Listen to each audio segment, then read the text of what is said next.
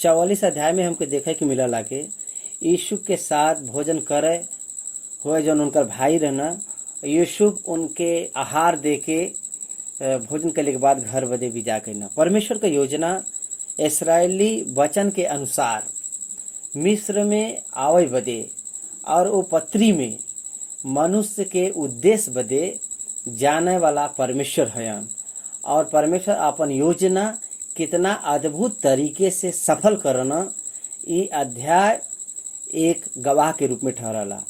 और उनके प्रधानमंत्री होए के बाद में उनकर पिता, उनकर भाई और उनकर परिवार और उनके साथ में मिस्र में जितना भी लोग रहना, एक एक प्रकार से आशा यूसुफ अपने मन में रखना। यही बदे वो अपने दास के बुलाई के अपने भाई बिन्यामीन के बारे में सभी लोग के समान अन्न देना और रखत समय जब अन्न देना तो ज़्यादा एडिशन में वो सब के का कहना कि वो घोड़ा के साथ में और चांदी का कटोरा रखे बदे यूसुफ आज्ञा देना। यूसुफ के कहे के अनुसार वो सब कहना और वो सब आनंद पूर्वक घर बदे विदा होत रहना। तो इस संदर्भ में आगे जाए के बाद में यूसुफ अपने घर के अधिकारी से कहना कि तू जाए के वो मनुष्य का पीछा कर और उनके पाके उनसे कह कि तू भलाई के बदले बुराई काहे बदे करे है। का ई जौन वस्तु नहीं बटे जमीन हमार स्वामी वो पियला और जैसे वह सुखी और शकुन का विचार रखना, तू एके काहे चुरैला। तब वहाँ से उन गई न और ऐसा ही बात कह के उ सब वहाँ से कहना। ओकरे बाद में हे हमारे प्रभु तू ये प्रकार का बात काहे करत है। तहार दास होए बदे और जेकरे पास में अगर वो सामान निकली वो मार डालल जाई और हम वो प्रभु के दास भी हो जाब। आ चेक कर जेकरे पास अगर ये निकले तो वो हमार दास और तहार दास हुई और तू काहे के निरपराध हरब। और ओकरे बाद में अगर ऐसा नहीं निकलता तहार दास कोई न हो। तब वो सब अपन भोरा के उतार के भूमि पर रखना और के खोले लगना। जब वो सब ढूंढे लगना और बड़े के बोरा से लेके छोटा के बोरे तक वो सब ढूंढना। और कटोरा जो रहल बिन्यामीन के बोरा में मिलल, बिन्यामीन के बोरा में कटोरा मिलल। तब वो आपन आपन वस्त्र के फरना और अपने नगर के वापस चल गए ना। और यूसुफ उनसे कहना कि तू लोग ये सब काहे काम करे है।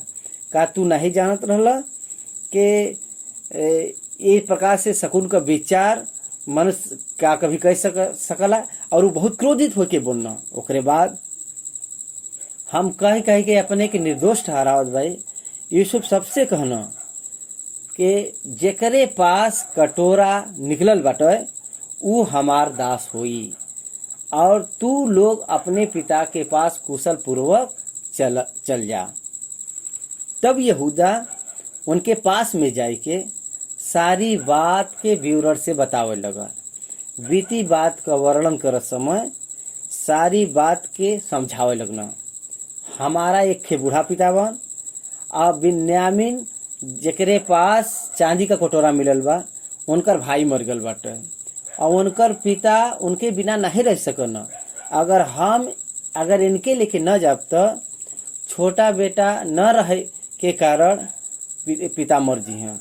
और एक प्रकार से बतावत समय और तू अपने दास से कहला कि अगर तहार छोटा भाई तोहरे संगे न आवा तो तू हमरे सामने फिर से दोबारा मत आइया।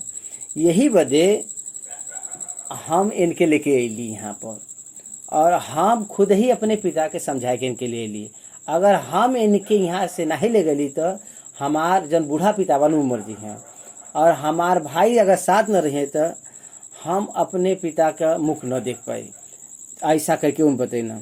और इतना ही नहीं और तहार दास हमरे पिता के पत्नी से 2 पुत्र उत्पन्न भे न। उमिन से एक तो हमके छोड़ के चल गेल और ओकरे बाद वो अपन नीचे चल गए ना। और हम निश्चय कर ली कि वो फाड़ गना और जंगली जानवर द्वारा खत्म हो गए ना। तब ओकरे बाद उनके हम नहीं देख पाइली। ओकरे बाद में और जवन बा जे हमरे पास में बा के ले जा, लेकिन सुरक्षित लेके आवा।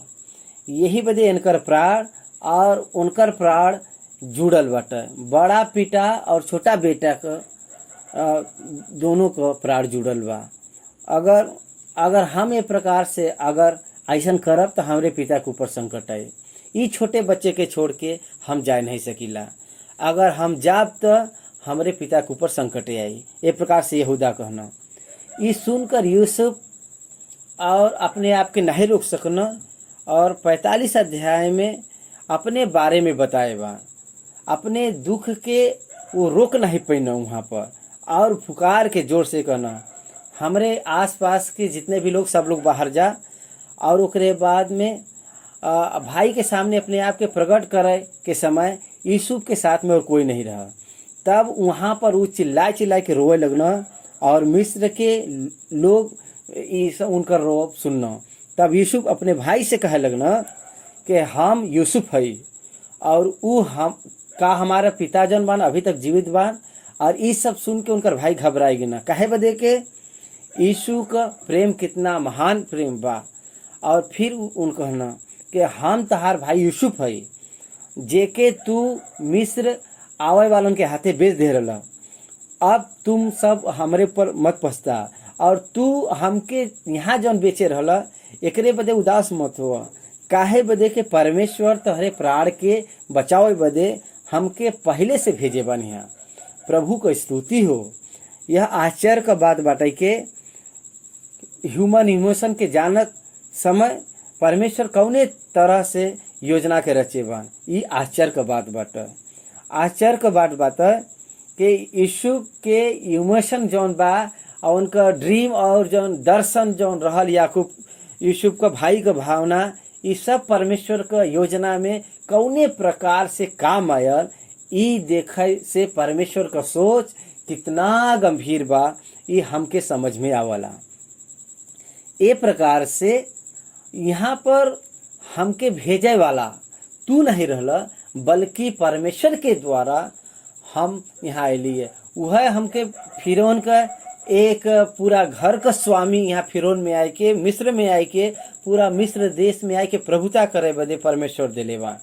तो यही बदे हमरे पिता के पास तुरंत जाके कहा कि तहार पुत्र यीशु ए प्रकार से कहत बा कि परमेश्वर हमके सारे मिस्र का अधिकारी बनाए बा।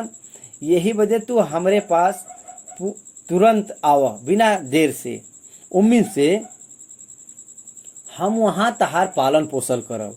ऐसा न है कि तहार और तहार जन घराना बा उ सब लोग इस अकाल में भूखे मरे। अकाल न आवे ऐसा घोषणा हम करब जाके उनके बतावा। ऐसा गरीबी नहीं आवे ऐसे जाके घोषणा कर। और ये सब वचन ध्यान कर समय हम एक एक्सप्लेन करब मनन करे वाली बात और ये प्रकार से हम घोषणा करब।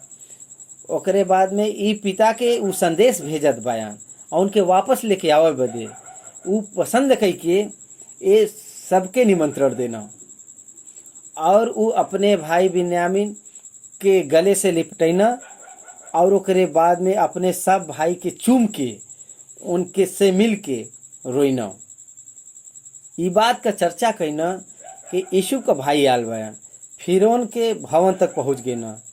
तब फिरौन यूसुफ से कहना अपने भाई से कहा कि एक काम कर कि अपने पशु के लाद के कनान देश में चल जा और अपने पिता और अपने अपने अपने घर के लोगन के लेके फिर से हमारे पास आवा और मिस्र देश में जो कुछ भी अच्छा से अच्छा बाटे वो हम तोहके देबा।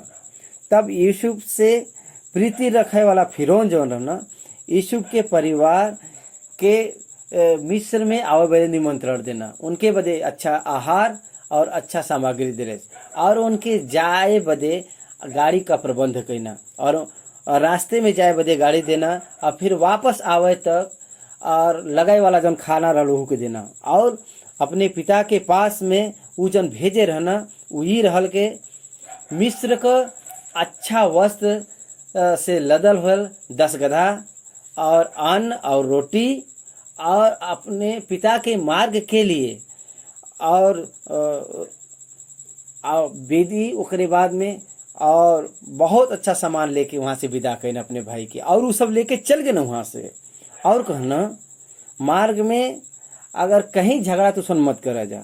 याकूब के पास मिस्र देश से कनान देश में उनकर भाई लोग ना, और उससे ये सब वर्णन कहना, और आए के उनसे कहना कि यीशु अभी तक जीवित बा और सारा मिस्र देश पर प्रभुता वही करत बा, लेकिन उनका प्रतीत नहीं कहना और वो विश्वास नहीं करना।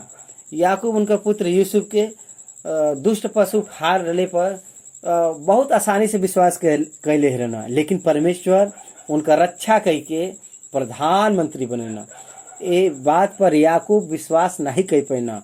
हाँ, हम मनुष्य है, हमारी परिस्थिति यही प्रकार से रहला। जब वो सब वाहन के वो सब देखना तब जाके विश्वास करना, कान तौर पर विश्वास नहीं करना, लेकिन सबूत के देखे के बाद में सब वो विश्वास करना। तब वो कहना अब तो हम अपने पुत्र के पास जाओ और उनके देखब, ये आशा रख के वो जीवित बान, इतना हमरे बदे काफी बा, वो बोल के याकूब आनंदित हो गए ना। 40वां अध्याय में परमेश्वर इस्राएल के दर्शन में दिखाए ना, तब इस्राएल अपन सब कुछ लेके बेरशेबा के ओन गई ना वहाँ से, और वो अपन पिता इसहाक के परमेश्वर के बलिदान चढ़ाना। तब परमेश्वर इस्राएल से रात में दर्शन में कहना हे याकूब, हे याकूब। तब वो कहना क्या आज्ञा बाटे। तब वो कहता कि हम ईश्वर तहरे पिता का, तहरे पितरों का परमेश्वर है, तू मिस्र में जाए से मत डर, काहे बदे कि वहाँ पर हम तहसे एक बड़ी जात बनाए और हम तोहरे संग संग साथ साथ चलब, और वहाँ से हम फिर तोहके लिए आई, और यूसुफ तोहरे ऊपर अपन हाथ लगे हैं। और इस्राएल का पूरा परिवार वो गाड़ी पर जौन फिरौन उनके लियाव बदे भेजे रहना, चढ़ के वो सब चढ़ के ना, वो सब याकूब के छोड़ के 66 लोग रहना, और 10 बेटन का परिवार और उनकर बच्चा लोग और उनकर पोता, उस सभी के जानकारी 8वां अध्याय से 27वां अध्याय के बारे में लिखल बा। याकूब को छोड़ के याकूब को जन परिवार में 66 बार और उनके साथ में 67 और यूसुफ और उनकर 2 लड़का, और वो सब 70 पुरुष, 70 आदमी लोग इजिप्ट में ही ना। ऐसा 40 अध्याय हमके बतावला। घोसे नामक जगह में वो देश का एक श्रेष्ठ भाग बाटा। ये बदे मिस्र में इस्राएल के राह बदे व्यवस्था करल गया।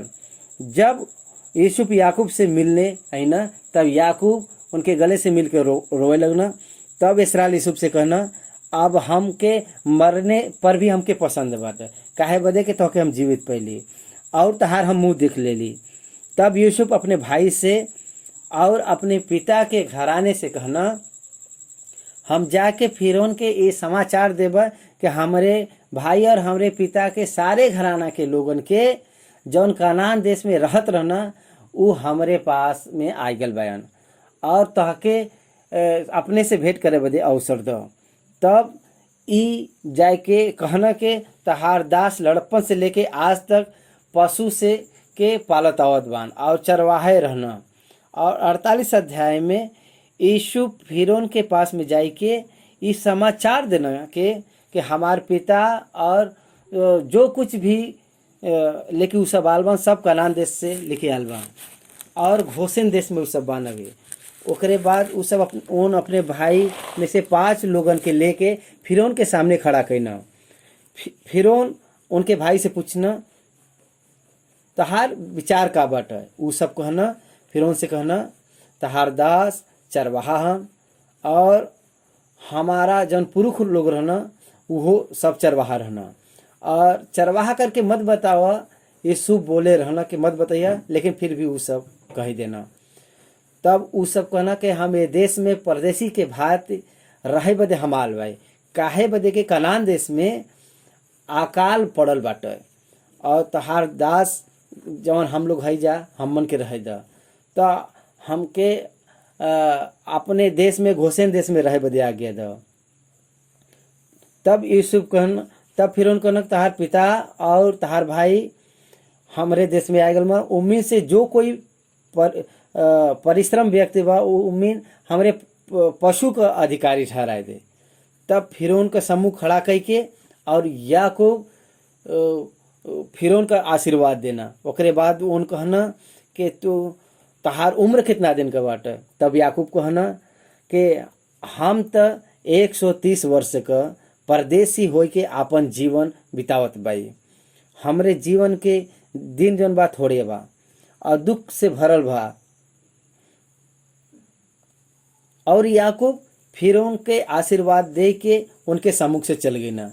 तब यूसुफ अपन पिता और अपने भाई के वहाँ पे बसे ना और फिरौन के आज्ञा के अनुसार मिस्र देश में अच्छा से अच्छा भाग मतलब रामसेस देश के उ सौंप देना।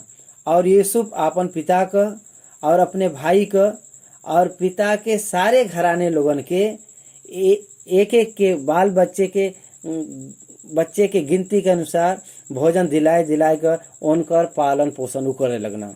अकाल बढ़ गया और जितना रुपया मिस्र में कनान देश से लोग लेके आ रहे ना सब यूसुफ अन्न के बदले में वो सब खरीदना होके और ओकरे बाद में वो सब जवन पैसा इकट्ठा कर रहना फिरौन के भवन में पहुँचे ना। और यूसुफ अपने बदे एक भी पैसा नहीं रखना। उनकर ई विचार हल के यह कुछ समय बदे बाटे ओकरे बाद हम कनान देश में लौट जाब। काहे बदे कि परमेश्वर कनान देश के देवे बदे प्रतिज्ञा करे रहना। तो यूसुफ याकूब से इच्छा के अनुसार एक अच्छा वचन देना। जब याकूब जब 147 वर्ष का हो गया, जब मरे के दिन निकट आयल, तब वो अपने पुत्र यूसुफ के बुलाए के कहना तू अपन हाथ हमरे जांघे के नीचे रख के शपथ का अगर हमार मृत्यु हो जाए तो हमके मिस्र में मिट्टी न दे। जब हम अपने बाप दादा के साथ सो जाओ तब तो हमके मिस्र से उठाए के ले जाए के उन्हीं के कब्रिस्तान में हमके रख। 48 अध्याय में देखे पर ये बातों के पश्चात में ये मिलल आके तहार पिता बीमार बने। तब वो एप्रैम और मनश्शे के अपने दोनों पुत्र के साथ में लेके याकूब के पास है ना। तब ओकरे बाद में कोई बताए कि तहार पुत्र जौन बा यूसुफ तोहरे पास आवत बा। तब वो अपने आप के संभाल के खाट पे बैठ गए ना।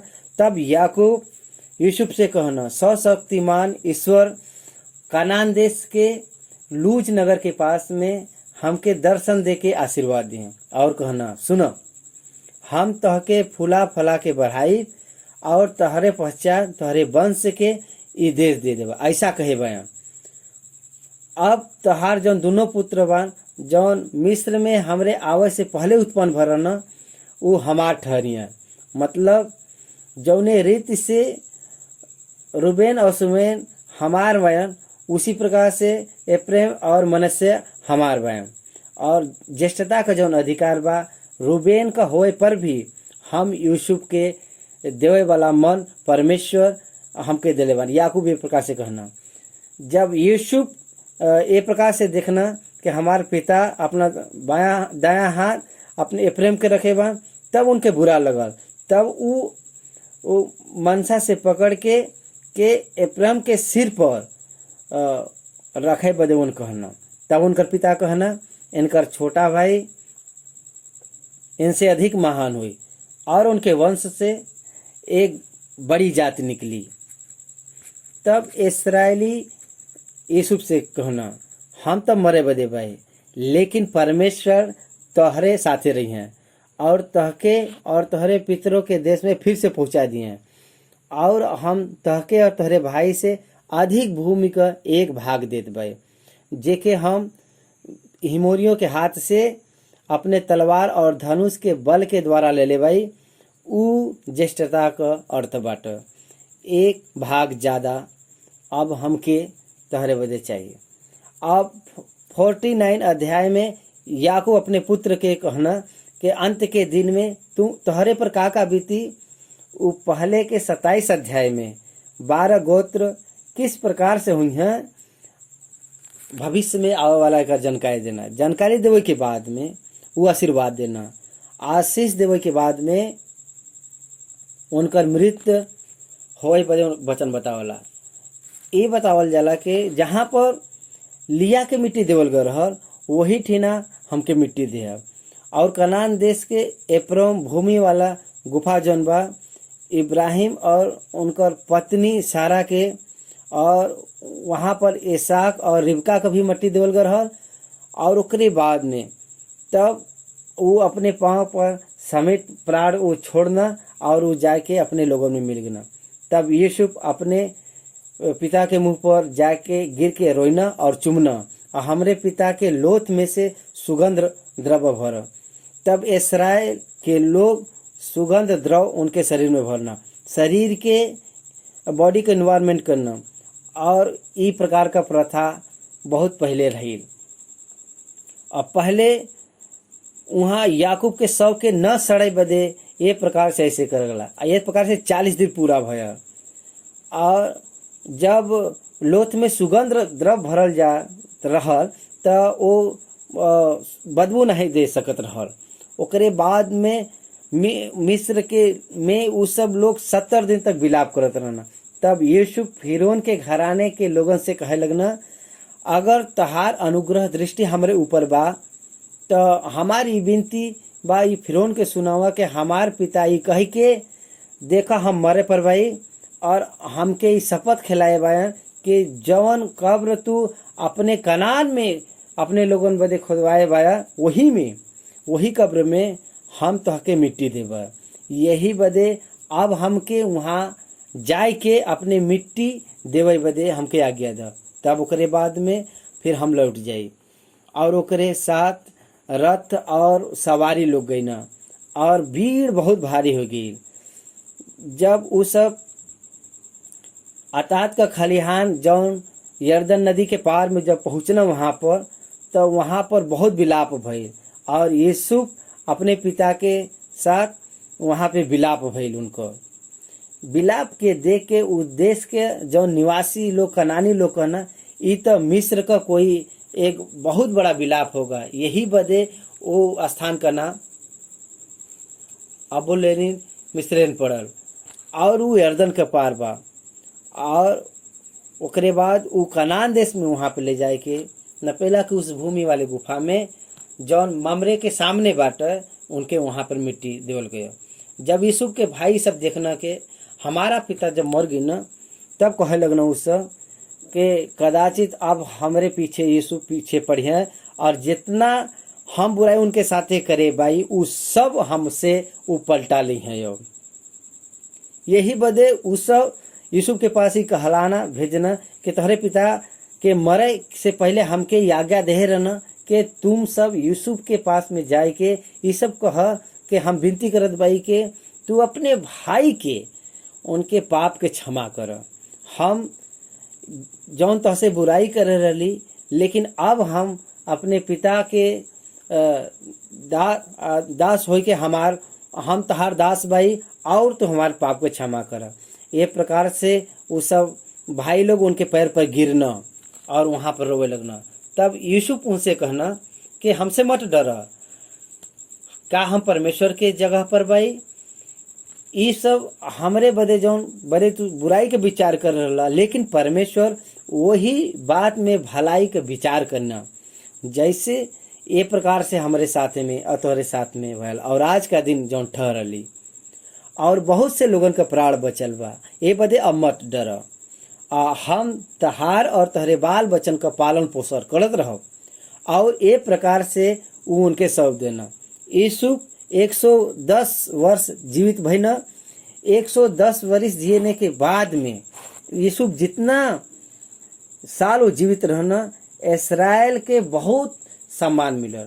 और यूसुफ एप्रोम के परपोता देखे पैना और मनुष्य के जन पोते रहना, और उनका यूसुफ के गोद में लेवल गना। और यूसुफ अपने भाई से कहना कि हम तो मरे पर भाई, लेकिन परमेश्वर तहार निश्चय सुधी ली हैं, और हमके इस देश से निकाल के उस देश में पहुँचाई हैं जेके देवे बदे परमेश्वर इब्राहिम इसहाक से परमेश्वर शपथ खाए रहना कि यूसुफ इसराइली से कह के ये सब सारी बात के समझेना और कहना के ई जवन उ सब कहना कि हम ई तोहरे हड्डी के इस देश से हम दूसरे जगह लेगा और 110 वर्ष हो के उ मर गिना और उनके शव के सुगंध द्रव डाल के वहाँ पे उ सब वहाँ से ले गना। ये प्रकार से निर्गमन के ग्रंथ हमके अगला मिलला और निर्गमन के ग्रंथ जौन बा इस्राएली लोग मिस्र से छूटे के बाद में वहाँ पर जब उ सब जाना कनान देश में, अभी तक हम लोग जौन उत्पत्ति के ग्रंथ के बारे में सुन ली जाए। अब ओकरे बाद में हम लोग वचन का अध्ययन करल जी, ओकरे बाद में वचन का अध्ययन करल जी और अध्याय में का लिखल गल बा, कौन सा विशेष बात पर ध्यान देवे के बा और अध्याय का मुख्य उद्देश्य का बा, ओकर इतिहास का बाटे, ओकर व्याख्या का बाटे, एकरे जितना अध्याय बा वो वचन का अर्थ का बाटे, ओके हमके किस प्रकार से अनुभव करे के चाहिए और हमके किस प्रकार से वचन का अध्ययन करे के चाहिए, वैसे हम लोग अध्ययन करल जी।